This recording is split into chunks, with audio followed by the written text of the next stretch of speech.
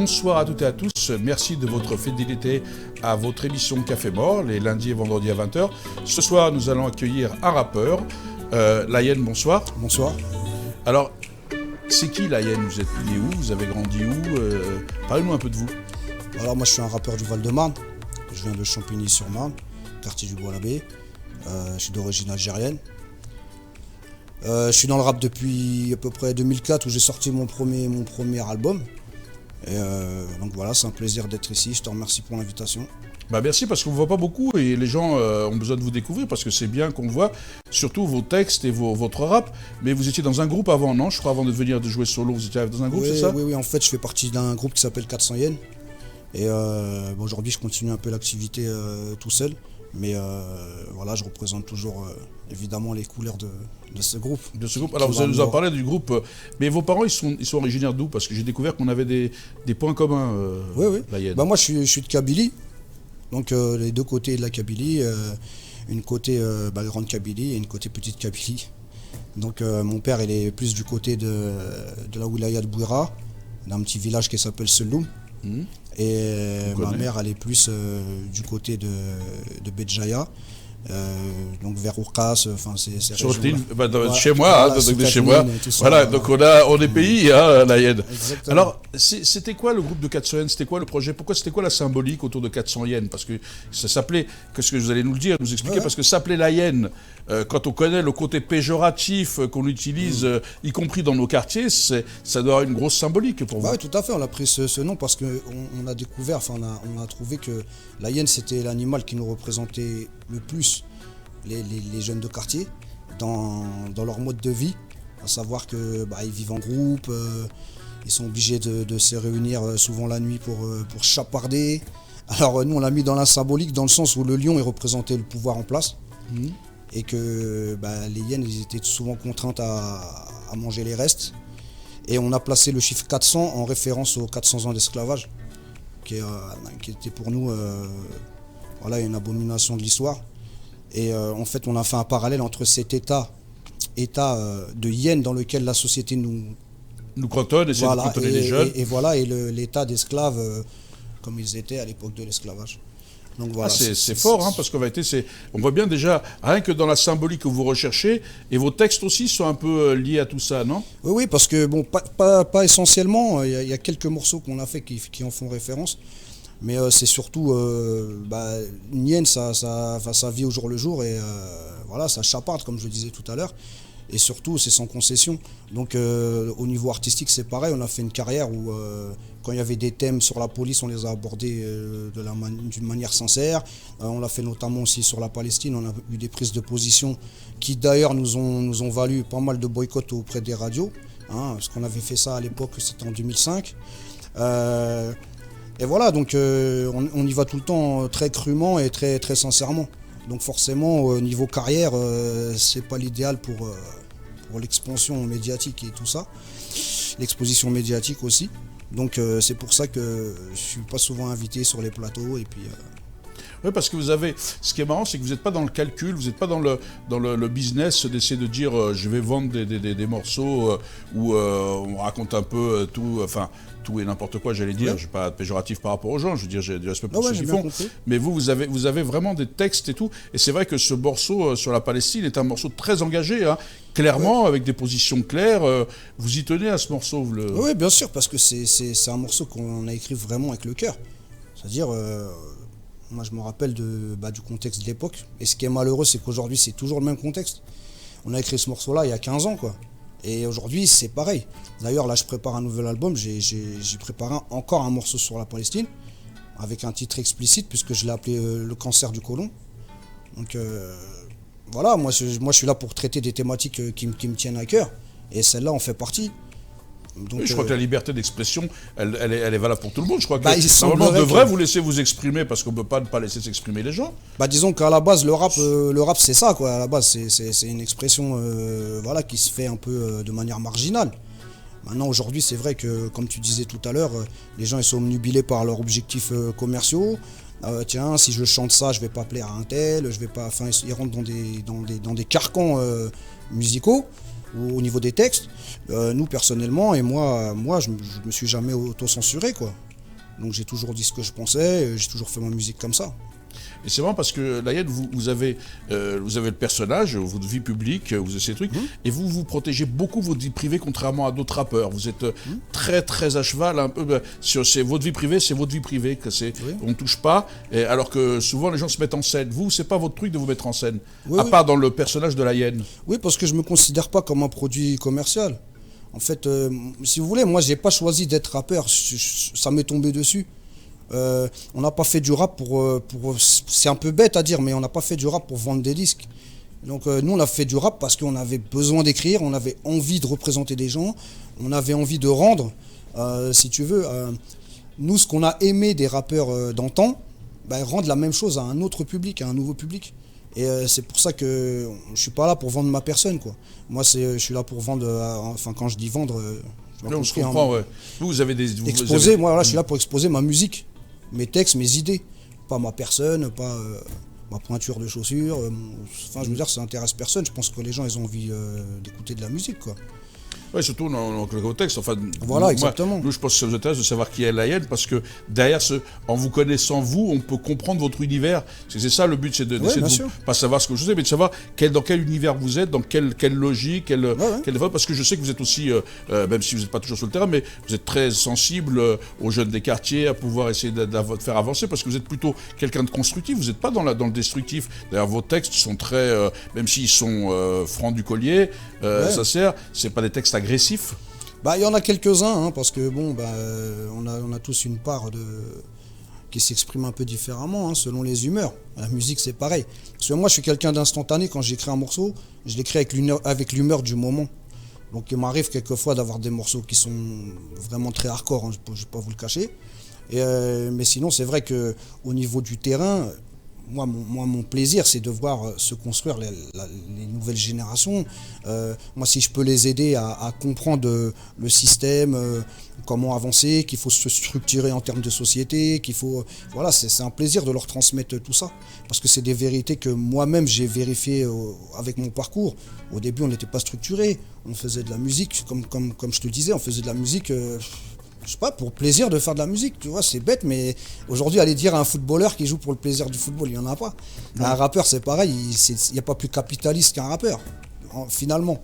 Donc voilà, et donc nous, on a vérifié ces réalités qui sont qu'aujourd'hui, si tu n'es pas structuré, si tu n'as pas de label, si tu n'as pas de... Voilà, si tu n'as pas tout ça, si tu n'es pas inscrit en SACEM, si au niveau de l'administration et tout ça, ton art, t'es amené à disparaître. Et donc nous, apprendre ça aux enfants, aux plus jeunes, que déjà premièrement il faut aller à l'école et puis qu'après le fait qu'ils soient de quartiers défavorisés ou pas ne leur enlève pas les chances de réaliser quelque chose. C'est possible. Nous on l'a fait, moi j'ai des amis aussi qui sont dans le rap aussi, donc qui ont très bien réussi et ils partent vraiment d'un rien, quoi. Donc c'est possible. Donc c'est vrai que si on peut encourager les jeunes de cité à s'exprimer, puis à faire des projets, que ce soit dans l'audiovisuel. D'ailleurs, je travaille avec Lamine Camara. Qu'on a reçu ici, qu'on salue, Lamine Camara, voilà, qui est très investi sur les quartiers, qui essaie de faire des choses, qui se bat avec peu de moyens, et je l'ai reçu, donc, et puis c'est un petit frère, j'aime beaucoup Lamine, donc si vous en parlez, je peux, voilà, bien sûr, on lui passe un coucou à Lamine. Oui, voilà, lui il s'investit totalement, vraiment sur le terrain, au niveau de l'audiovisuel. Et donc moi, par ma présence, j'essaie d'éclairer quelquefois les jeunes quand ils veulent faire des projets, leur donner quelques conseils qui leur serviront, enfin j'espère du moins. Mais c'est très important en tout cas. Et vous êtes musicien à l'origine, vous avez découvert comment la musique, Layen, parce que c'est vous qui composez, je crois, votre musique et vos paroles. Non, je ne compose pas. Je suis pas musicien, je connais rien du tout à la musique. Je suis écrivain et interprète. Voilà, c'est pour ça que je voulais dire, parce que je disais, voilà, comme quand la question, des fois, on pose la question à bête, et pour les gens, ils disent, tiens, il compose là. Si vous êtes écrivain et interprète. Et qui alors, voilà, c'est ça, les musiques, c'est des anciens de 400 Yens qui composent avec vous? Non, c'est les compositeurs du moment, des gens qui composent, des anonymes, des gens qui pareil, ils ont envie de devenir quelqu'un dans la musique. Moi, je donne la chance à tout le monde, par rapport à Internet. Donc vous faites faire des compositions musicales par des gens, et après vous ajustez les paroles et tout ça. Exactement. Ouais. Et l'écriture, ça t'est venu comment, Layen, l'écriture? Franchement, Parce que t'as quand même une c'est- plume, c'est écrit, ouais. c'est assez fluide. On va tout à l'heure écouter un morceau, on verra que quand même c'est fouillé, quoi. Bah, c'est l'amour bah, je me suis découvert l'amour de l'écriture. Enfin, T'aimes les mots. bah ouais, j'aime les mots puis leur sens parce que c'est quand même quelque chose de magique en vérité de pouvoir poser des mots par exemple sur une maladie. Il faut poser un mot. C'est pour ça qu'on sort des termes des fois bon, que nous on comprend pas. Mais sur, je sais pas, sur un problème, c'est bien de poser les mots pour aussi le résoudre. Enfin, je veux dire, les mots c'est la clé de beaucoup de choses. Et la langue française est très riche. Donc, je me suis découvert cet amour de faire des formules de phrases, enfin, je sais pas, j'étais pas prédestiné à ça, j'avais pas l'impression d'être prédestiné à ça. Et puis, bah, aujourd'hui, j'ai toujours mes feuilles, mon stylo, puis... Mais à l'école, t'étais un littéraire ou t'étais plutôt... Non, mais vraiment pas. Vraiment pas, c'est ça le pire, c'est vraiment pas. Mais c'est en écoutant du rap, en fait, et puis à un moment, bah, si tu veux faire du rap, il faut dire des choses intéressantes. Donc, un peu de lecture. Bah, c'est bien parce que c'est des fois, parce que nous après on le découvre tardivement souvent à nos jeunes générations qui disent que l'école ne sert à rien, si justement ça sert. Bah oui. Ça sert déjà à savoir coucher des mots sur un papier, ça sert toujours quoi, c'est ça? Bah, bien sûr, ça sert. Déjà, ça sert à avoir ses diplômes. C'est ce que je dis souvent parce qu'il y en a qui me disent les maths ça sert à rien. J'ai dit oui, si tu veux, dans la théorie, enfin dans la pratique ça te servait à rien, mais si ça te sert à avoir ton diplôme, bah ça te sert déjà à quelque chose. Bah oui, que tu as compris le mécanisme du... Et puis tu as des logiques après, parce Voilà. que l'informatique, tu as besoin de comprendre, c'est des logiques mathématiques, c'est des... Bien sûr. Voilà, c'est bien Enfin, on retrouve l'utilité, c'est-à-dire qu'en réalité, c'est nous qui ne voyons pas le sens. Exactement. C'est comme les mots. Des fois, on voit plein de mots, mais on ne comprend pas le sens, alors que ce qui est important, c'est d'en saisir le sens, et non pas C'est vrai, de voilà. dire, voilà. Donc c'est ça qui est assez intéressant, non? Oui, oui, tout à fait, oui. Alors, si tu permets, on va écouter un morceau là, qui s'appelle Regret. Oui. Et après, tu vas nous parler de ce morceau, pourquoi tu l'as composé, dans quelles conditions. Donc, on va écouter Regret. La régie va nous envoyer ça tout de suite.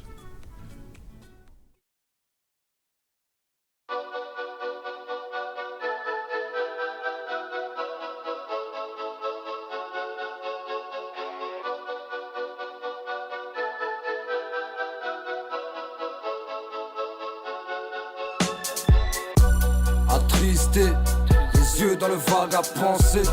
Je ne dors plus la nuit, bercé par les rêves insensés. J'ai le passé qui m'abîme, trop de plaies ouvertes à penser. Avancer le pied au plancher, conscient des erreurs enclenchées. Mais je suis trop fier pour demander pardon. Je suis trop fier pour demander pardon. Je suis trop fier pour demander aux gens que j'ai blessés. J'ai fait du mal, j'ai fait couler le sang et les larmes. Mais comme au tribunal, j'ai joué le rôle de l'innocent, tu sais. Des regrets dans la tête des poulets. Je ne dors plus la nuit, noyé par les remords coulés. Ce soir, je vais laisser en bois dans le noir, j'ai le cerveau brûlé. Je connais pas plus violent dans le monde que de voir sa daronne pleurer. J'ai vu ma mère pleurer dans son coin, dissimulant toute la tristesse du monde, parce que son fils n'est pas un homme bien. Le temps s'échappe et ne reviendra plus. Combien des nôtres qu'on ne reverra plus? Je compte plus les fautes et les moments perdus, la tête haute malgré que mon cœur abattu me dévore. La rue a fait de nous des hommes durs pour s'accorder au décor. Le temps c'est de l'argent qui n'achète pas le temps ni le retour des morts. Le business a fait couler mon sang et mes larmes. Mais comme au tribunal, j'ai joué le rôle de l'innocent, tu sais. Des regrets dans la tête des poulets. Je ne dors plus la nuit, noyé par les remords coulés. Ce soir, je vais laisser en bois dans le noir, j'ai le cerveau brûlé. Je connais pas plus violent dans le monde que de voir sa daronne pleurer. Des regrets dans la tête des poulets. Je ne dors plus la nuit, noyé par les remords coulés. Ce soir, je vais laisser en bois dans le noir, j'ai le cerveau brûlé. Je connais pas plus violent dans le monde que de voir sa daronne pleurer.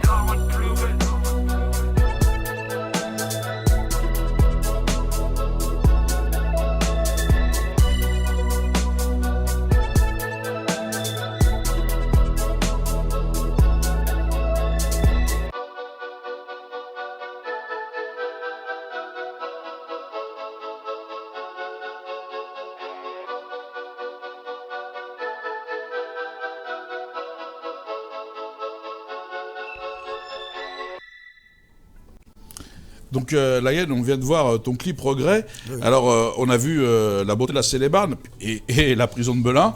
Oui. Hein, donc, tu vas nous expliquer un peu pourquoi ce choix et la lettre un peu de regret que tu fais dans cette chanson.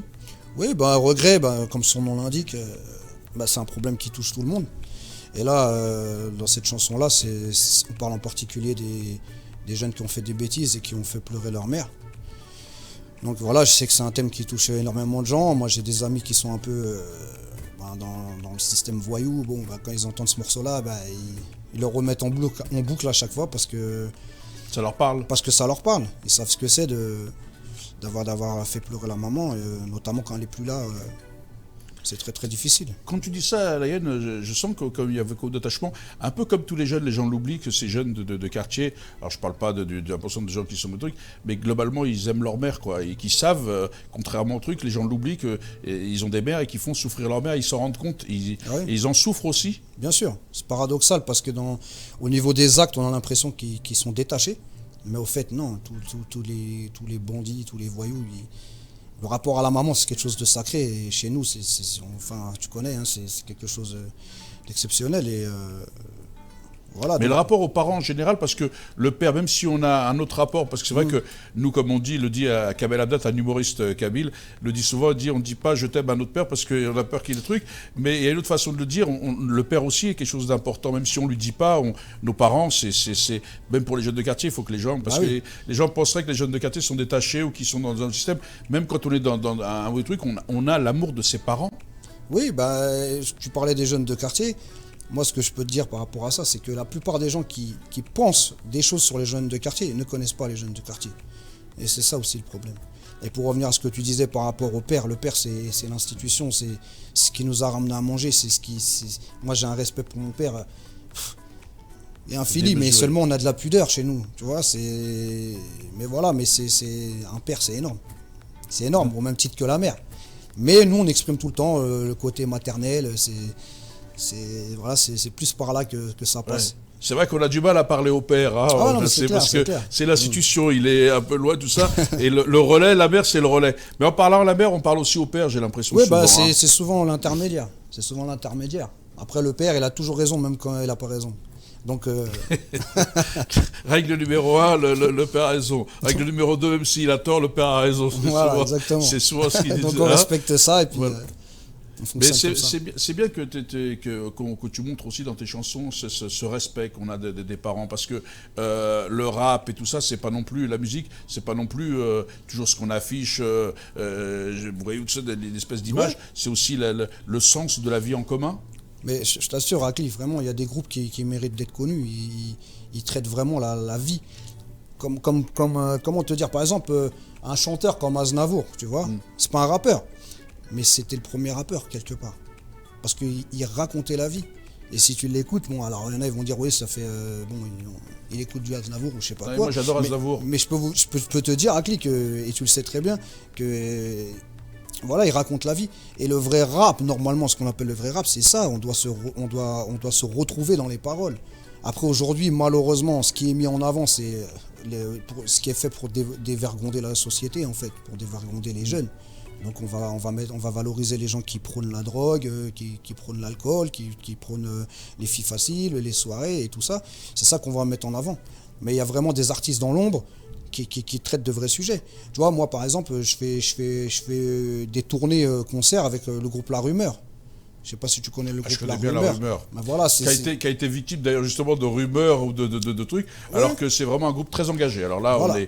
on est La Rumeur, oui, d'ailleurs on le salue, c'est du respect parce que c'est un groupe très engagé. Alors je me souviens que quand ils avaient dénoncé un certain nombre de choses, on a pensé qu'ils voulaient créer truc, alors que pas du tout. Pas du tout. Ils se sont expliqués d'ailleurs, je crois. Oui, ils ont aussi gagné leur procès contre le ministre de l'Intérieur qui était Sarkozy à l'époque, et ils ont réussi à gagner ce procès-là. Donc déjà, c'est très très fort ce qu'ils ont fait. Et pour les connaître personnellement, c'est des gens très, très sains. Donc, et ils ont des textes, de très bons textes. Ils ont des très grands textes, ils traitent beaucoup la colonisation. Ah oui. La Rumeur, d'ailleurs, ils sont d'origine aussi. Oui, il y a un Algérien dedans, il y a un Togolais, un Antillais. Voilà, c'est assez marrant parce que ça crée un peu cette union panafricaniste, y compris avec l'identité, puisque c'est quand même aussi des gens qui se battent pour les libertés. C'est ce combat que mène la rumeur, quoi, aussi. Exactement, et je m'entends très bien avec eux aussi, et c'est bien qu'on parle d'eux parce que tout à l'heure on parlait de mon engagement, mais s'il y a quelque chose qui me tient vraiment à cœur dans ma mission, entre guillemets, de rappeur ou je sais pas, de parolier, c'est de réunir les communautés noires, arabes. Arrêter avec ces clivages. Il n'y a pas de clivage. Il n'y en a pas, mais... J'ai vu que des gens essaient d'instrumentaliser voilà. avec l'Algérie des choses, tout ça. Ce qui est faux. Il faut savoir quand même que moi j'ai parlé sur Libye, tout ça. C'est parce que c'est l'Europe qui leur demande qu'ils payent les gens pour conduire. Donc c'est pas... faut faire attention à ce qu'on dit. Et je trouve que tu as raison de le préciser. Il n'y a pas de divergence. Moi je suis panafricaniste, hein, je te le dis. Je l'annonce, tout le monde le sait, hein, de culture. J'ai pas, moi, de problème. Et d'ailleurs... Toi-même non plus, quand je l'appelais cette émission Café Mort, parce qu'à l'époque, Mort, c'était ceux qui étaient d'origine négroïde, c'est-à-dire entre guillemets, les morts. Parce qu'à l'époque, c'était les Berbères, c'était nous les morts. Et chez les Berbères, comme tu es de Kosovo, il faut que les gens sachent, je te le dis, c'est important de te faire une chanson là-dessus, que nous, en Mauritanie, Nord-Niger, Nord-Mali, c'est des Berbères, ils parlent le Tilariwen, le groupe, c'est un groupe qui chante en berbère, et ils sont de nationalité malienne, c'est des Maliens, au Sénégal, etc. Donc on ne peut pas ne pas connaître son histoire, on ne peut pas avoir de ressenti vis-à-vis des gens qui ont une autre couleur de peau que la nôtre. Ben c'est clair. Non ? Et donc, mais je suis d'accord avec toi, mais c'est pour ça, moi, je me battrai tout le temps pour ça, quoi. Et c'est une des fiertés, c'est ça. C'est que j'arrive à... Enfin, j'ai l'impression, des fois, j'arrive à unir les deux, quoi, et ça me fait plaisir. Et c'est très important. C'est très important. C'est très important. L'Afrique a besoin de tous ses enfants. Exactement. Mais ça va aussi jusqu'aux Antilles parce que... Bien sûr. Parce que voilà, c'est les mêmes luttes, c'est les Africains, alors il faut le savoir. Ouais, exactement. Si tu veux, non, mais d'expliquer aux gens quand même que c'est important ces luttes, et c'est bien que tu le dises. C'est pour ça que je disais peut-être cette information, parce que l'Afrique, elle a besoin de toute sa diaspora. Elle n'a pas besoin que les Algériens s'occupent que de l'Algérie ou les Marocains du Maroc, la Tunisie. Elle a besoin que les Algériens, que les ressources s'occupent aussi du Sénégal, du Congo. L'Afrique a besoin de tous ses enfants. Comme l'Europe a besoin de tous ses enfants. Donc nous, on le sait, donc il faut peut-être le passer. Et je suis très heureux que tu t'en parles et que tu passes ce message.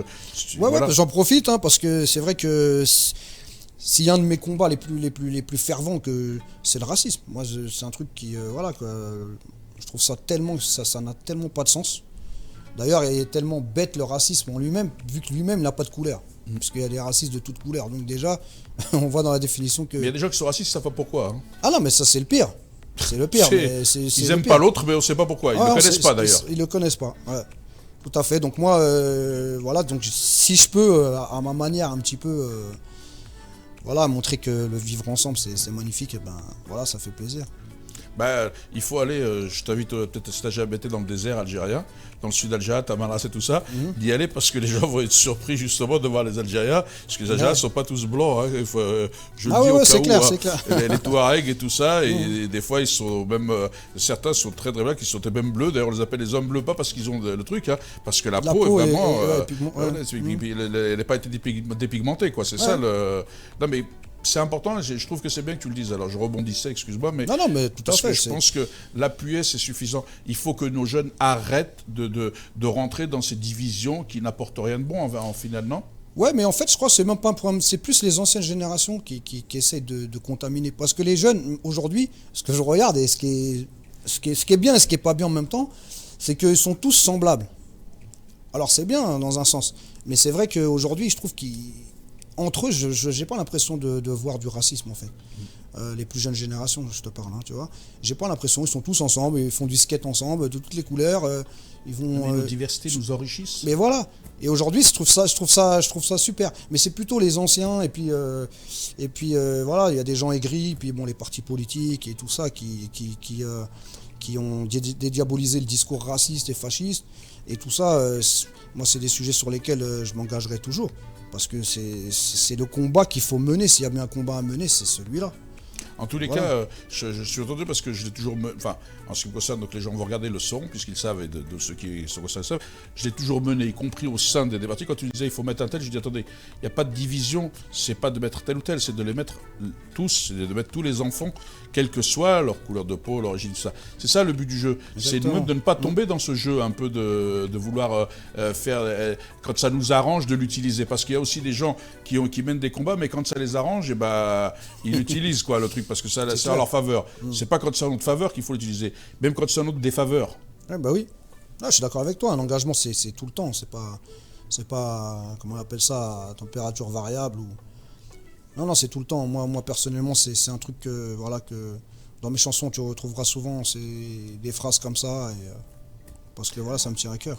Alors tes chansons, là, où on peut te trouver? Alors tu es sur YouTube, donne-nous toutes les infos, parce que je pense que même si certains veulent t'ostraciser par rapport à tes engagements, tout ça, mais que si les gens font 2 millions de vues sur tes clips ou sur tes titres, bah, ils vont être obligés de te prendre en considération quand même. Oui, et donc c'est peut-être nous aussi qui pouvons influencer ou changer ces pratiques commerciales. Oui, bien sûr. Bah, moi j'ai un Facebook officiel qui s'appelle La Hyène du groupe 400 Hyènes. Ouais. Donc de là, bon, si déjà vous êtes raccord avec ce Facebook, voilà, ce Facebook, bon, bah, vous serez dispatché vers les autres plateformes. Mais donc, sinon YouTube évidemment. Alors c'est La Hyène du groupe 400 Hyènes, ouais, c'est ça que La Hyène du groupe 400 Hyènes. Il faut taper La Hyène du groupe 400 Hyènes. Voilà, sur Facebook, et puis vous avez toutes mes actualités, tout. Alors sur Facebook, vous tapez La Hyène du groupe 400 Hyènes et suivez-le, parce que ça vaut le coup. Écoutez ces textes, penchez-vous, parce que ça peut vous inspirer. Et en plus, si vous êtes d'accord avec ce qu'il défend et ce qu'il partage, au moins ça vous permettra de le faire connaître et de défendre son art aussi, parce que les artistes, c'est grâce à vous qu'ils existent et qu'ils vivent. Donc ne l'oubliez jamais. Ouais, voilà, c'est ça. On a besoin du public. Évidemment, nous on fait ça, c'est pour que des gens écoutent notre musique. Nous, le but, moi personnellement, le but c'est que le maximum de personnes écoutent ma musique. Après, oui, il y en a, ils vont pas aimer parce que c'est clivant, comme je te disais tout à l'heure. Oui, tu laisses pas indifférent. Voilà, j'essaie de. Voilà. C'est ton personnage aussi, hein. Sinon, écoute, tu t'appellerais pas La Hyène. Voilà, je me serais rappelé autre chose. Mais tu fais quelques tournées aussi avec La Rumeur et tout ça, donc tu me disais. Et sur le Facebook, on a toutes tes dates de tournée aussi? Ouais, bah quand je les fais communiquer, oui, je mets au courant les gens, il n'y a pas de souci. Donc voilà, pour me retrouver sur scène avec le groupe La Rumeur. Et puis en attendant d'avoir ma propre tournée, hein, on espère. On espère, on te le souhaite en tous les cas. J'espère que les gens vont te découvrir et que tu auras ta propre tournée. Donc là, l'émission a bientôt touché à sa fin. Qu'est-ce que tu as envie de dire aux jeunes générations qui nous regardent justement, et de ton art et tout ça? Qu'est-ce que tu voudrais, tu peux même aussi saluer tes parents ou les gens qui t'ont aidé. Mais si je salue les gens qui m'ont aidé, ça va durer trop longtemps. Il y a beaucoup de gens qui m'ont aidé. Donc déjà, la première chose que je voudrais dire, c'est que un rappeur, ça se construit pas tout seul. Les gens qui vous disent j'y suis arrivé tout seul, c'est des gros menteurs. On ne peut pas y arriver tout seul. Donc moi aujourd'hui, j'y suis pas arrivé. Je suis encore en train de me battre pour accéder à mes rêves, entre guillemets, hein, artistiques.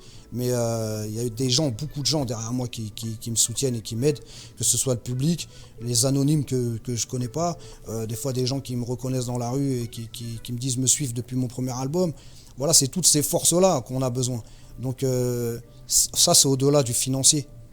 Mais moi, ce que j'aimerais bien dire au public, c'est ne vous faites pas avoir par ces menteurs usurpateurs qui aujourd'hui tiennent le business. Hein, puisqu'on voit qu'aujourd'hui, il y a des achats de fausses vues, des achats de streaming, des achats de... Tout est faux, tout est falsifié.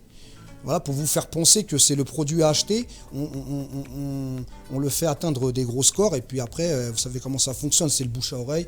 Oui, celui-là, il a vendu 1 million, c'est qu'il doit être fort. Et puis les artistes qui font moins de vues, s'ils font moins de vues, c'est que forcément, ils sont moins forts. Donc arrêtez de vous faire avoir par ça. Aujourd'hui, on a un outil qui s'appelle Internet. Et ce qui est paradoxal avec ça, c'est qu'aujourd'hui, avec Internet, normalement, on a accès à la science, enfin entre guillemets la science, quand je dis ça, je veux dire au savoir. Si on cherche quelque chose, on peut le trouver.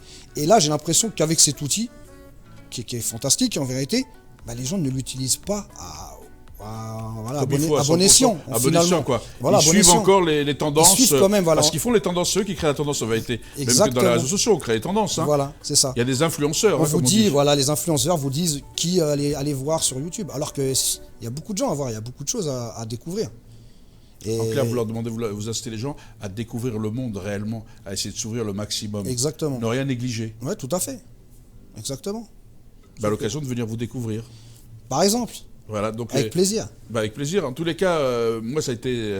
merci d'être venu échanger avec nous. Et donc, j'espère qu'effectivement, on va retrouver quelques concerts. D'ailleurs, je viendrai voir pour... oui, c'est toujours important de dire aux gens, allez-y. Moi-même, le premier, j'irai. Donc, voilà, dans cette tournée, parce que c'est important. Et puis, même nos amis de la rumeur, quand ils veulent, ils sont les bienvenus aussi pour parler de leur actualité, de leur engagement. Voilà, il n'y a pas de souci. Cette émission est une émission qui est ouverte. D'ailleurs, on donne la parole à tout le monde. On ne donne pas la parole aux gens avec qui on est d'accord ou pas d'accord, parce que, je vais te dire sur une conclusion, je pense que le truc, si on ne parle qu'avec les gens avec qui on est d'accord, si on est dans l'entre-soi, on n'avance pas non plus. Bah oui, c'est clair. Tu feras qu'une mélodie avec une seule note, tu vas pas aller loin.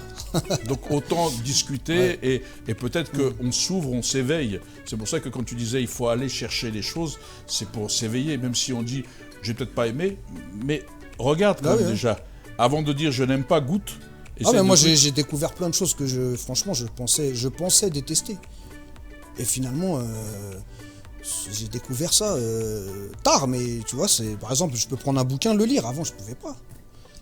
Tu vois ? Tu t'es t'as trouvé un goût à la lecture grâce au rap justement. Ouais, voilà, parce que voilà, c'est d'autres gens qui écrivent, c'est d'autres pensées, c'est d'autres sources quoi. C'est d'autres sources. Je veux dire, c'est pas, il y en a ils fonctionnent avec une source, c'est BFM. RMC dans la voiture, et puis leur patron qui leur donne des ordres toute la journée. C'est leurs 3 sources qu'ils ont. Donc t'as vite fait de te faire une idée cloisonnée de la vie dans laquelle tu vis, tu vois. Alors qu'en vérité, il y a d'autres choses. Il y a d'autres choses. Et donc moi j'invite tout le monde à aller chercher, à aller se renseigner sur les choses, à apprendre l'histoire aussi. C'est important, faut pas la revivre. Voilà, et puis il faut surtout excuse-moi, je prends un peu de temps, mais je t'en prie. Je trouve que c'est important de lire l'histoire des deux côtés de l'histoire. Par rapport, par exemple, si on parle de la guerre d'Algérie, c'est important de voir comment elle est racontée du côté algérien et comment elle est racontée du côté français et de se faire son avis, c'est important. Avoir les deux parce que c'est toujours les mêmes, c'est toujours le gagnant qui a écrit l'histoire. Donc voilà, du coup, si t'as pas l'autre version, t'as un peu du mal, Voilà, t'as du mal à d'aller regarder aussi. Tu parlais d'esclavage. Je pense que moi, j'ai été surpris de voir que peu de jeunes connaissent tout ça, l'ouverture. Là, c'est clair. Quand même, c'est pas c'est marrant parce que on s'indigne. Moi, je les vois, ils parlent de trucs et tout ça, mais quand tu pousses un peu dans le débat, il n'y a plus personne, ça va pas loin. Ils n'ont pas regardé Haïti, pourquoi aujourd'hui on fait, parce qu'après, on n'aime pas les pays qui se sont battus ou les gens. C'est comme marrant, on retrouve que ce peuple est toujours opprimé parce que peut-être que pour montrer à la face du monde que c'est pas bon de se rebeller, quoi. Ouais, aussi. En fait, c'est vrai ce que tu dis. Moi, je connais des gens, en fait, ils sont comment on appelle ça, en façade. On a l'impression que c'est des révolutionnaires ou des gens qui recherchent. Mais en fait, quand tu creuses, ils connaissent même pas l'histoire. Et c'est malheureux, parce que l'esclavage, c'est pour moi le crime de l'humanité le plus violent qu'il y a eu dans l'histoire. C'est celui-là, le numéro 1. C'est pas un autre. Parce que d'asservir un peuple, de devenir ton esclave, ton machin, ta chose, ton truc, alors qu'on parle d'un être humain, je vois pas... J'arrive pas à voir pire, quoi. En fait, moi, personnellement, j'arrive pas à voir pire.